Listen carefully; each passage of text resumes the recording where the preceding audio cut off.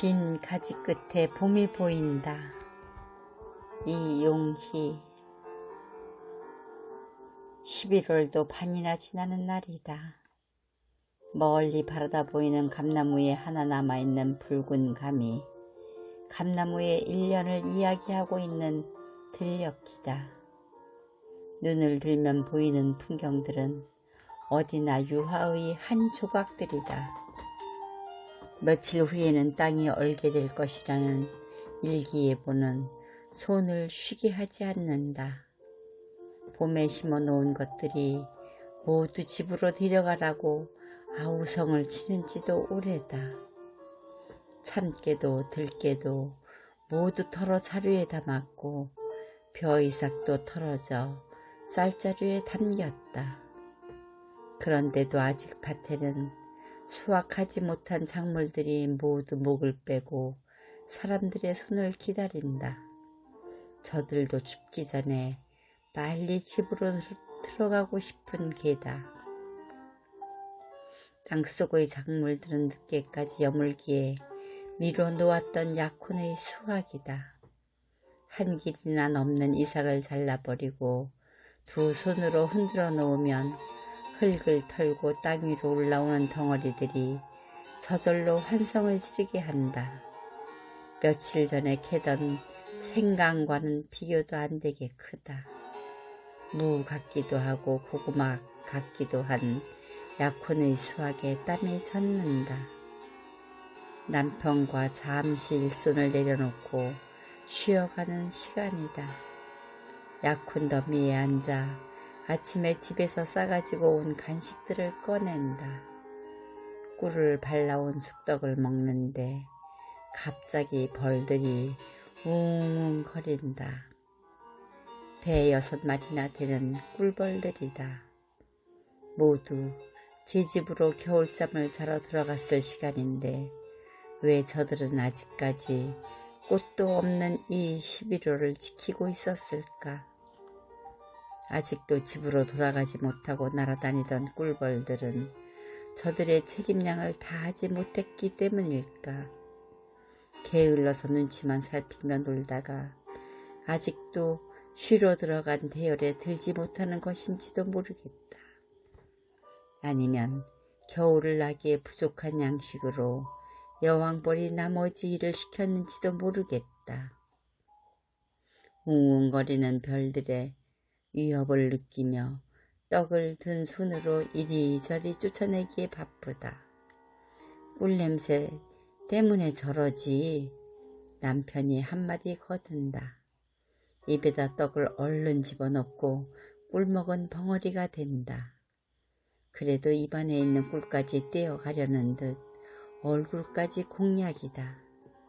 두 손을 회회 저으며 쫓아낸다. 나 꿀 안 먹었어. 안 먹었다고. 그러다 못해 멀리까지 달아난다. 핑계김에 밭자락을 한 바퀴 돌아본다. 밭 한 귀퉁이에는 아직도 도간에 들어가지 못한 배추랑 무들이 나란히 줄을 서 있고 쪽파랑 갓도 마지막 푸른 날들을 즐기고 있다. 너희들도 이제 주말이면 깊은 장독 속으로 빠져들게 될 거야. 고랑을 지나며 눈을 맞추어 준다. 짠 소금물에 담가져 빨간 고춧가루 옷을 입어야 할 시간이 코앞이다.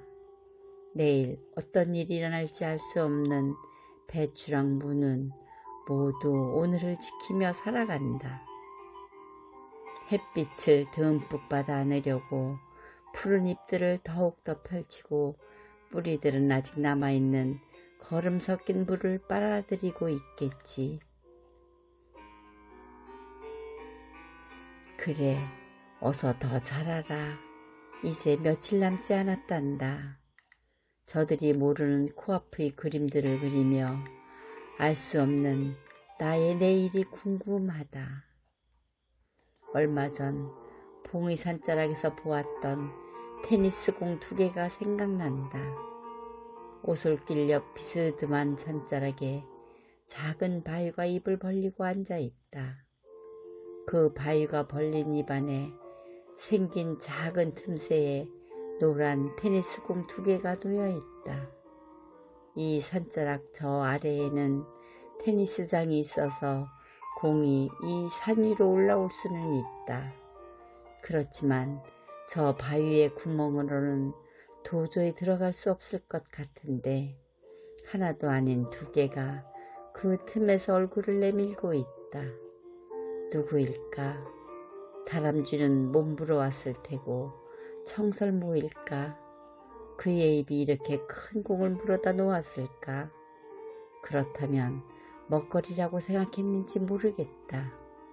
그것이 누구이었던 이것을 물어다 놓은 그는 내일을 준비하고 있는 것이 뻔하다.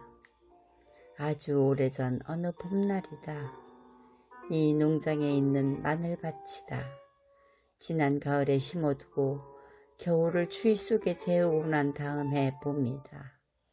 마늘이 쏙쏙 올라와야 할 때인데 파란 잎들이 보이지 않는다. 두더지 길 같은 곳이 있고 그 끝이 불룩하다. 살살 파보니 그 안에 하얀 마늘이 수북하다.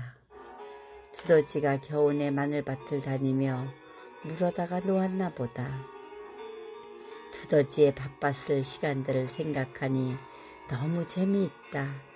어쩌면 먹어치우지 않고 고스란히 돌려받게 된 기쁨 때문이었는지도 모른다.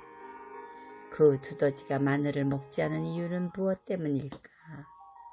먹지도 못하면서 구멍마다 심어놓은 마늘을 모아다가 한 곳에 쌓은 이유는 또 무엇일까? 언어가 통해서 물어볼 수 있다 해도 그 두더지는 이미 이 자리를 떠나고 없어서 물음에 답할 수는 없다. 재미로 하였던, 저장을 위해 하였던 그 두더지의 겨울이 봄을 위한 준비의 시간이었던 것은 틀림없다. 먹을 수 없는 테니스공 2개도 누구인가의 꿈으로 저장된 양식이듯이 우리는 내일의 희망을 두고 오늘을 살아간다. 남편이랑 봄마다 씨를 뿌리고 가을이면 수확을 하는 우리의 일상도 또한 내일을 위한 준비의 시간인 것은 분명하다. 꿀벌이 마지막 시간까지 꿀을 모으러 날갯짓하는 소리가 이제는 들리지 않는다. 나도 오늘이 해가 떨어지기 전에 부지런히 약혼을 제 상자에 담으려 2 손이 바쁘다. 가지 끝에 매달린 잎사귀 사이로 봄의 춤사위가 팔랑인다.